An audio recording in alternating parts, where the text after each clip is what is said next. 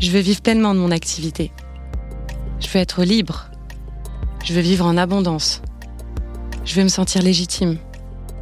Je veux aider un maximum de personnes. Je veux apporter du bien-être au plus grand nombre. Je veux avoir des résultats rapides. Je veux que les gens reconnaissent mon super pouvoir. Je veux avoir un impact positif sur le monde. Mais au fait, comment on fait pour arriver à tout ça ? Bienvenue sur Wellness Impact, le podcast dédié aux entrepreneurs du bien-être et du mieux-être.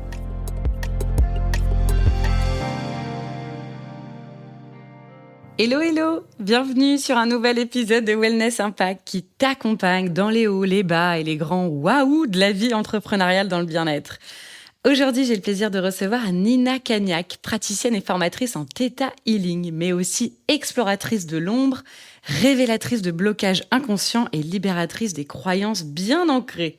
Alors avec elle, on va parler d'un sujet hyper sensible mais tellement important, notre rapport à l'argent dans l'entrepreneuriat. Et surtout, dans l'entrepreneuriat du bien-être. Tu sais, ces petites voix intérieures qui te disent « Je peux pas me faire payer pour aider les autres. Gagner de l'argent, ça va pas du tout avec mon activité. » Ou encore « Je mérite pas vraiment d'en vivre. » Eh bien aujourd'hui, on va aller les regarder vraiment en face. Je sais, ça va pas être hyper confortable, mais c'est important d'en parler. Bien sûr, avec toute sa douceur et sa clarté, Nina nous montre comment les croyances transgénérationnelles, spirituelles et même karmiques peuvent nous freiner sans qu'on s'en rende compte. Et elle nous partage aussi comment elle utilise le Theta Healing dans son propre business pour manifester des clients et des étudiants alignés et bâtir une activité qui respecte autant son cœur que sa vision.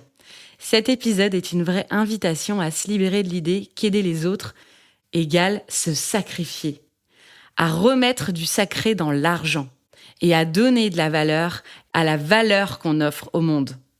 Alors, prête à reprogrammer tes croyances et ton mindset ? Installe-toi, respire et laisse-toi inspirer par cette conversation puissante avec Nina. Let's go!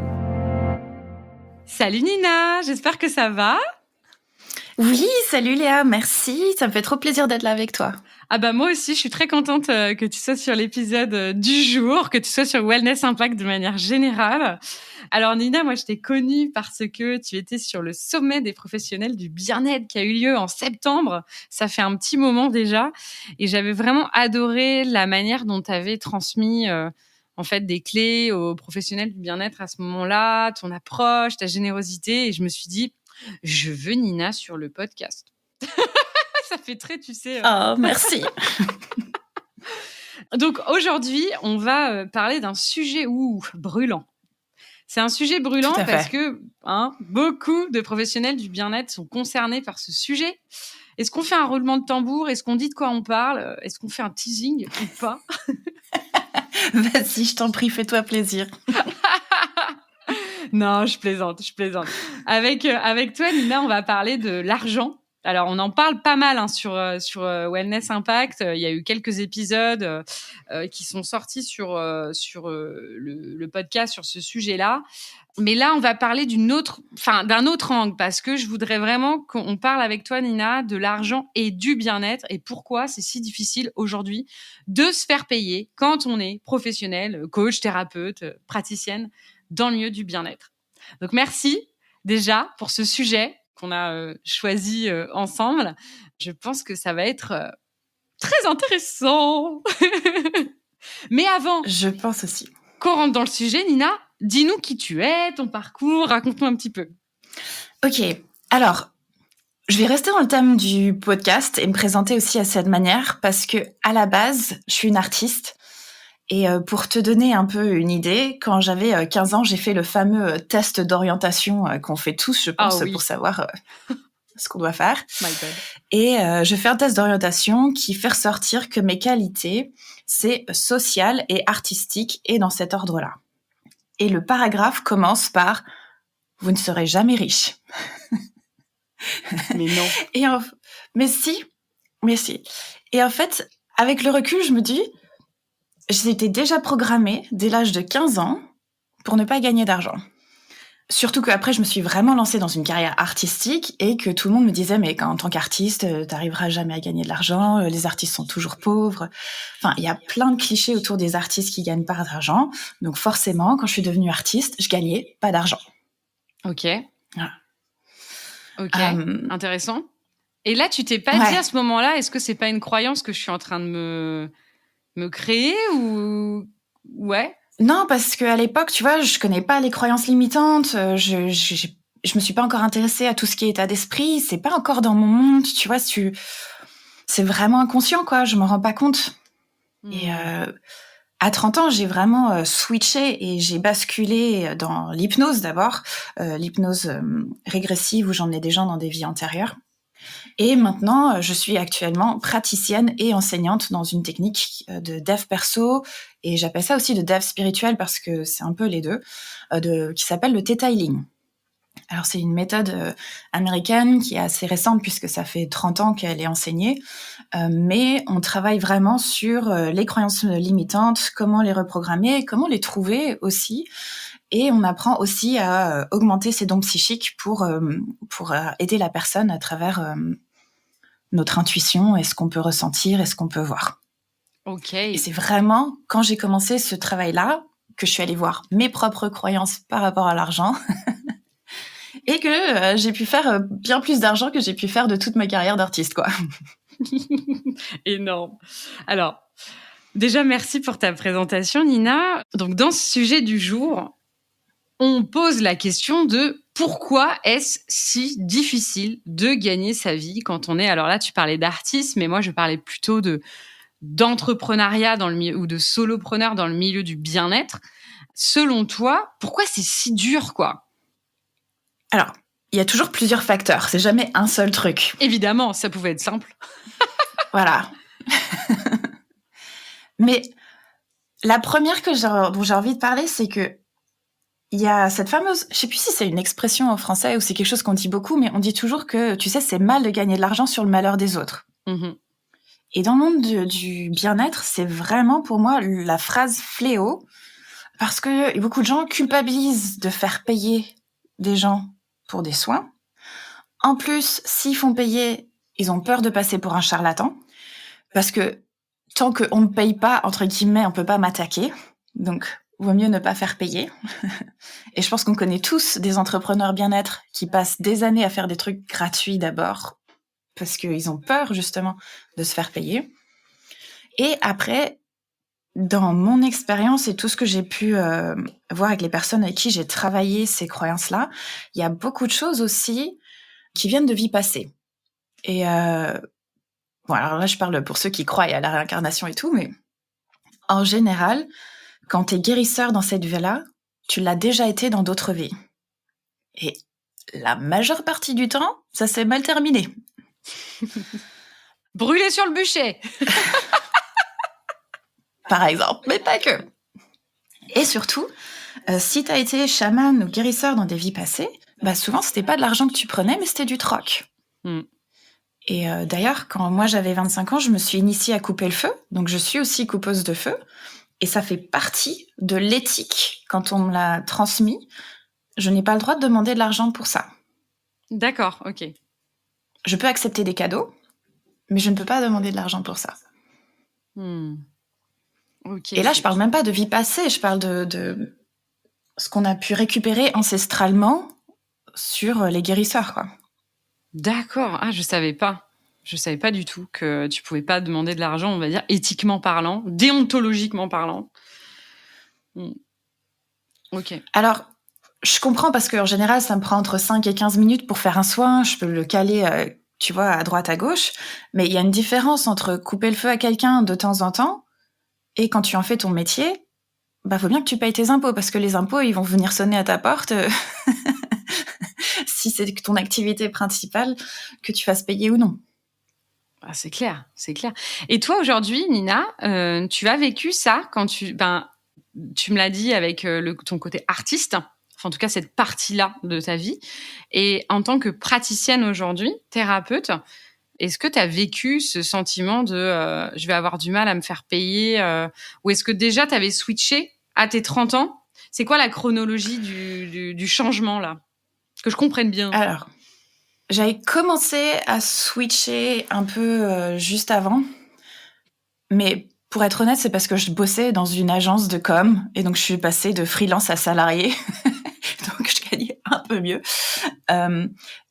Mais non, ça a vraiment switché quand je suis passée à l'hypnose, parce que quand j'ai quitté le monde artistique pour le monde de l'hypnose, tout s'est ouvert, tout est devenu fluide. J'ai eu très vite beaucoup de clients. Ouais, en fait, ça a été comme une évidence. Donc, ça allait très vite.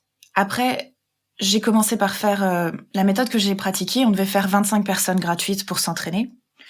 Donc, ces 25 personnes m'ont permis, je pense, de gagner en confiance et d'ensuite faire payer. Mais je me souviendrai toujours que la première fois que j'ai dû poser un prix, c'était le cauchemar. Genre, je savais pas quel prix poser, je savais pas, personne n'en parlait, on pouvait même pas vraiment poser la question, ou j'avais personne à qui poser la question. Et puis, la première fois que tu demandes des sous, tu fais pas la maline, quoi. Donc, c'est plus le cas maintenant. Mais ouais, je me souviens très très bien de mes débuts, quoi. Et pourquoi justement t'as eu du mal à fixer tes tarifs? Je le vois beaucoup avec les professionnels du bien-être, ils ont du mal à demander à être payés. Pourquoi toi, à ce moment-là, ça arrive comme ça et qu'est-ce que tu fais pour changer ça, quoi? Alors déjà, je pense qu'à l'école, on n'est pas éduqué sur l'argent, du coup. Donc, on n'a pas le sens de l'argent, on va dire. On précise en France. En France. En France. En France.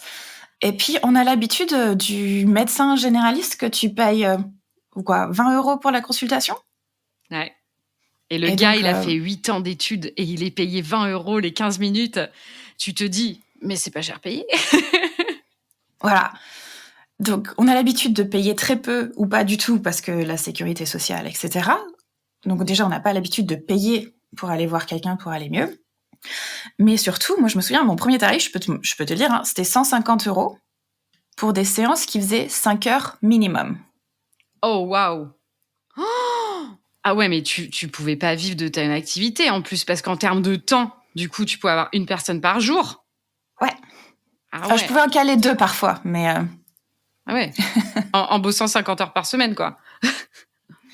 Ouais. Bon, quand j'ai commencé, je faisais une séance le vendredi soir, 2 le samedi, 2 le dimanche. Ok. Donc, j'arrivais à caler.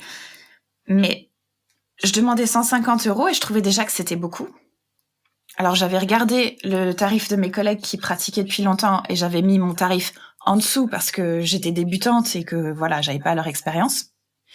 Mais déjà, demander 150 € à quelqu'un, c'était pas évident, quoi. Alors qu'effectivement, si tu ramènes au taux horaire, c'est pas grand-chose, quoi. Ah, c'est clair. C'est pas grand-chose. Mais je voyais, tu vois, les gens, même pour les gens, faire une hypnose et payer 150 €, pour certains, c'était un effort, quoi. Ce que je comprends. Aujourd'hui, selon toi, quels sont les principaux blocages inconscients que tu peux observer chez les professionnels du bien-être qui ont... je parle du blocage lié à j'ose pas me faire payer. Hein. Ouais. Alors, je pense qu'il y a un truc qu'il faut préciser vraiment dans le domaine du bien-être, c'est qu'on n'est pas des garagistes. Tu vois, la personne, elle vient pas avec ma voiture, elle va pas bien, répare-moi, et tu vas pas réussir à faire une séance et la personne, elle va ressortir toute neuve. Dès que tu travailles avec le corps, l'esprit, l'inconscient, t'arrives dans un domaine très flou où tu peux en fait aller que au rythme de la personne en face de toi. Et tu peux aller que jusque là où elle veut bien te laisser aller. Et donc, il n'y a aucun résultat garanti. Et ça, c'est le premier blocage. On a l'impression que si on fait payer, il faut une obligation de résultat. Ouais, c'est vrai. Et on ne peut pas garantir un résultat, en fait. La personne. Non. Et donc, le premier switch à faire, c'est de comprendre qu'on ne te paye pas pour la guérison, c'est qu'on te paye pour le temps passé avec toi. Et déjà, ça aide.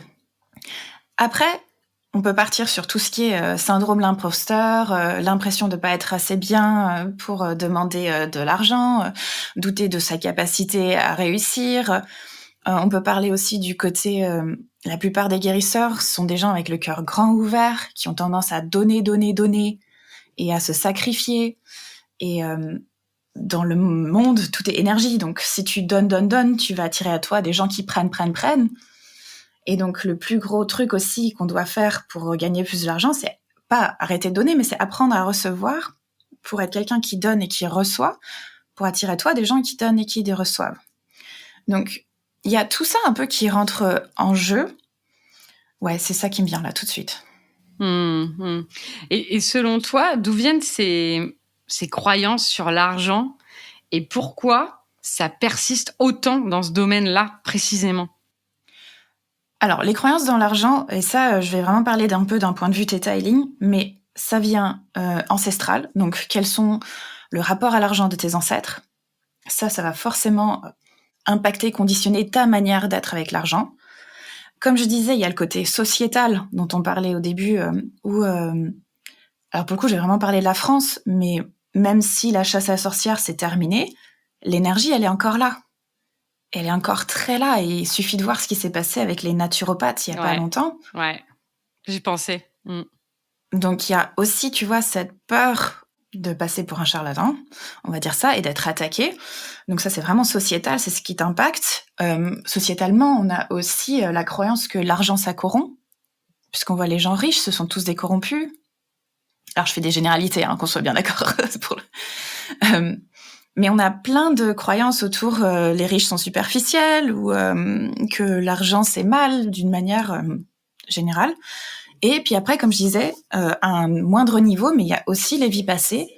Là, je parle vraiment en référence aux vies passées en tant que guérisseur, qui vont, impacter. Quand toi, tu deviens guérisseur dans cette vie, ça va se réveiller, quoi. Waouh. Et j'ai une question.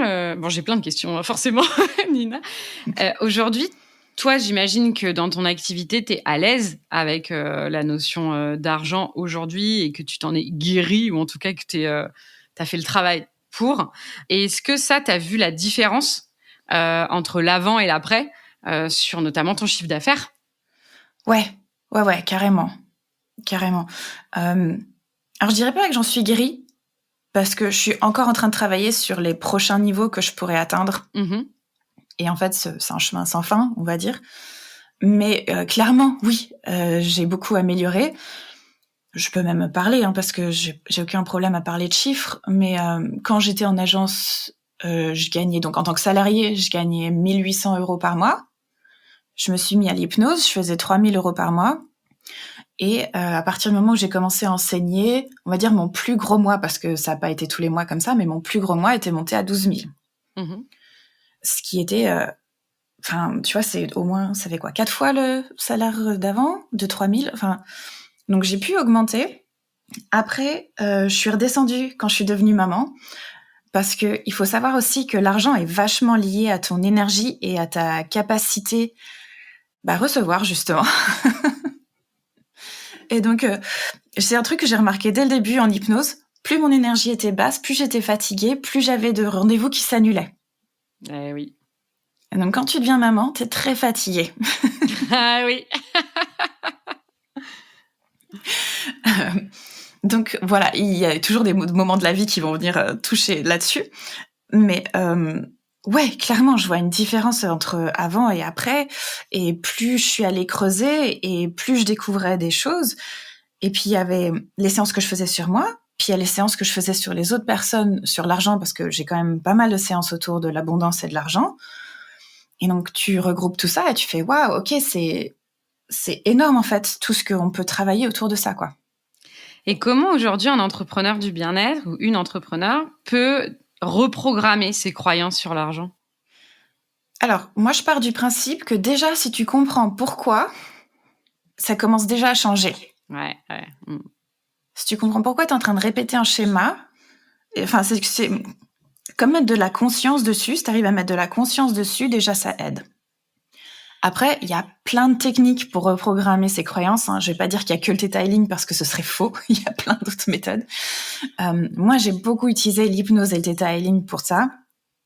Mais c'est pas les seules méthodes. Tu peux très bien utiliser le tapping, tu peux très bien utiliser le MDR, voilà, il y a plein de choses. Là, je pense à la kinésiologie. Bref, tout ce qui travaille avec l'inconscient. Parce que souvent, tu dois changer l'inconscient d'abord pour que le conscient, il change. Comme l'inconscient, c'est lui qui prend la plupart des décisions. Si tu changes ça, le reste suit, en fait. Ouais, donc je pense qu'il y a ça. C'est une des meilleures manières. Et puis après, il y a s'éduquer aussi, je trouve, sur l'argent. Et là, je vais passer dans le côté pratico-pratique. Mais comprendre en fait que l'argent, c'est une énergie invisible, qu'en fait, ce n'est pas tangible, que en fait, les chiffres sur ton compte en banque sont fictifs en fait. L'argent, il est même pas là en fait. Ouais. Tu vois. Donc je pense qu'il y a un côté aussi changer son regard sur l'argent, comprendre que l'argent c'est une énergie, ça aide. Je pense aussi que si tu es allergique au mot vente et te vendre, bah changer ça et remplacer par je suis au service de, ça aide aussi énormément. Donc c'est changer sa vision sur ce que tu es en train de faire.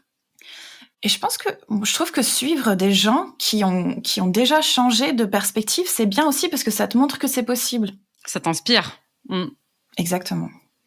Et ce serait quoi les premiers pas pour demain on va se mettre dans la peau d'une sophrologue. Elle veut fixer ses tarifs, mais elle veut que ce soit vraiment en accord avec ses valeurs et elle veut plus culpabiliser. Ce serait quoi les premiers pas qu'elle pourrait faire, selon toi? Toi qui suis passée par là. Alors, je trouve qu'il y a j'appelle ça le point d'or. Mais c'est l'équilibre. C'est l'équilibre. Ouais, c'est une espèce d'équilibre. Quand tu dois fixer des tarifs, je dis toujours, regarde les tarifs de tes collègues qui font la même chose que toi dans ta région. Parce que d'une région à une autre, les tarifs vont varier. Toutes les régions n'ont pas la même richesse, n'ont pas la même chose, et donc les gens ne sont pas forcément prêts à mettre la même somme d'argent. Et là, je parle de vraiment si tu fais en personne. Si tu fais en ligne, bah regarde le tarif de ce qui se pratique en ligne. Mais il y a le tarif pratiqué, et tu peux être à peu près sûr que le tarif pratiqué, il est obsolète parce qu'il n'a pas été augmenté au coût de la vie. Donc tu peux être à peu près sûr que ce tarif, il est plus bon, entre guillemets. Et après, pour moi, il y a ton niveau de compétence. C'est-à-dire que, en tant que débutant, forcément, ton tarif, il va être, entre guillemets, moindre que si ça fait 10 ans que tu pratiques. Donc, je pense qu'il y a vraiment un juste milieu entre quel est le tarif qui se pratique et qu'est-ce que toi, tu te sens prêt à demander comme argent. Ouais, ok, je vois. Parce qu'il y a plein de gens qui disent que tu devrais être payé à ta valeur. Mais comment tu définis ta valeur? Tu vois, c'est vague. Ça se travaille après. Ça se travaille, la valeur, si tu poses les choses sur ce que tu sais faire, sur tes compétences, sur ton savoir-faire, pour le coup. Sur tout ça, ta zone de génie, tu vois, tes zones de génie même. Ça peut être aussi, tu vois... moi, je trouve que... Enfin, je suis d'accord avec toi sur les compétences, sur... tu vas pas te mettre au double du tarif pratiqué dès le départ. De toute façon, en général, les professionnels du bien-être, ils n'y arrivent pas par ce problème dont on expose depuis quelques minutes maintenant. Même s'il y en a qui le font très bien et qui sont très à l'aise avec ça, et c'est OK. Et de toute façon, dans les deux cas, c'est OK. Mais du coup, tu vois, ça veut pas dire non plus, et c'est ça que je veux pas non plus pour moi, mes clients, tu vois, c'est qu'ils se disent, bah, comme je suis débutante, je me mets bien en dessous du prix du marché. Tu vois ce que je veux dire? Ah oui, justement, j'ai pas dit... on m'a pas vu parce que je suis à la caméra.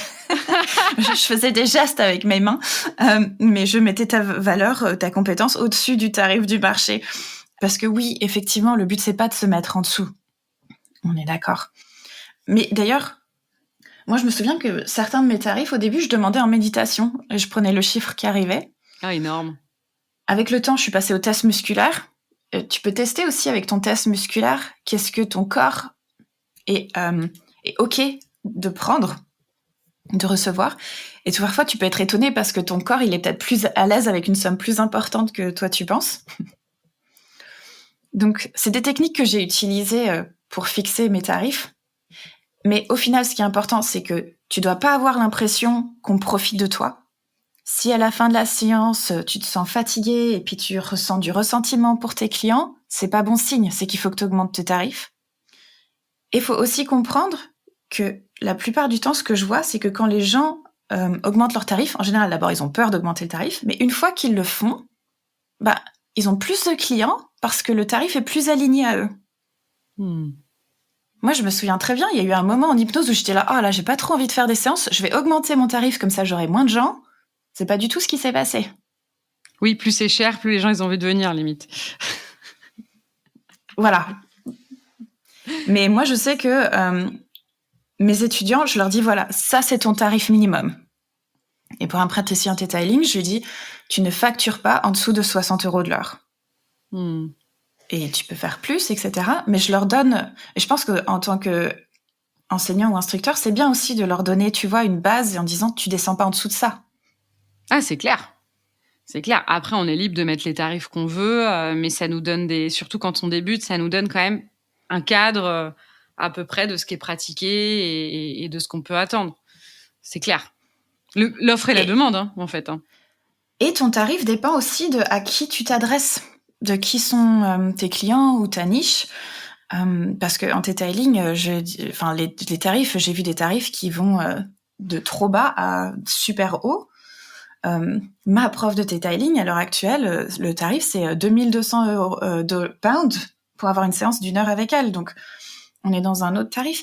Mais les clients à qui elle s'adresse, ce sont les femmes qui travaillent dans des sociétés et qui sont à un échelon élevé et qui gagnent beaucoup d'argent.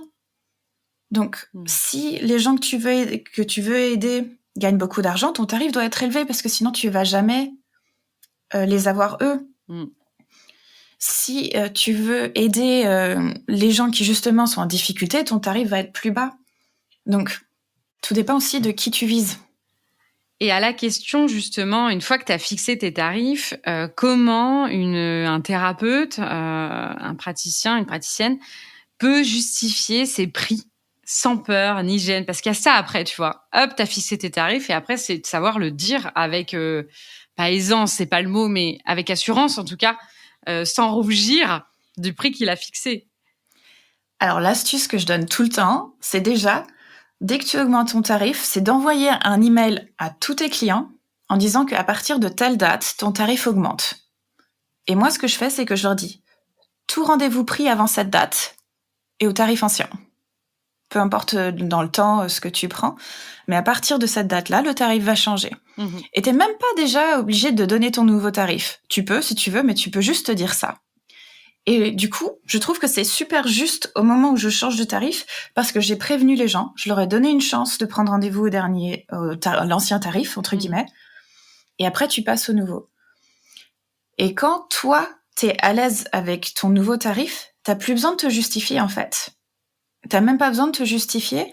Et quand tu ressens pas le besoin de te justifier, bah personne te demande. Ouais, mais si on nous dit c'est trop cher, par exemple. Bah déjà, en général, on te le dit quand tu ressens un peu de culpabilité à avoir augmenté tes tarifs. C'est là où tu vas voir que les gens ils vont t'écrire pour te dire que c'est trop cher. Ouais, c'est ce que tu étais en train de dire, ouais. Mais si c'est le cas, il faut pas oublier que déjà, la personne est en train de faire une projection sur toi. Quand elle te dit que t'es trop cher, c'est elle qui est en train de projeter sur toi quelque chose. Ça ne t'appartient pas. Et se le dire, déjà, ça aide à ne pas le prendre personnellement. Tu sais, c'est le fameux truc, quand tu montres quelqu'un du doigt, tu pointes avec un doigt, mais t'as 3 doigts qui pointent vers toi. Donc, se rappeler de ça. Et moi, je réponds juste calmement à la personne que je suis pas la bonne personne pour elle. Parce que, en soi, j'accorde des tarifs plus bas si on me le demande gentiment. Mais quelqu'un qui commence direct par m'agresser en me disant que mon tarif, il est trop fort ou trop haut, bah, en fait, je vais pas lui faire un prix. Parce que si tu viens en m'attaquant, pourquoi je te ferai un prix?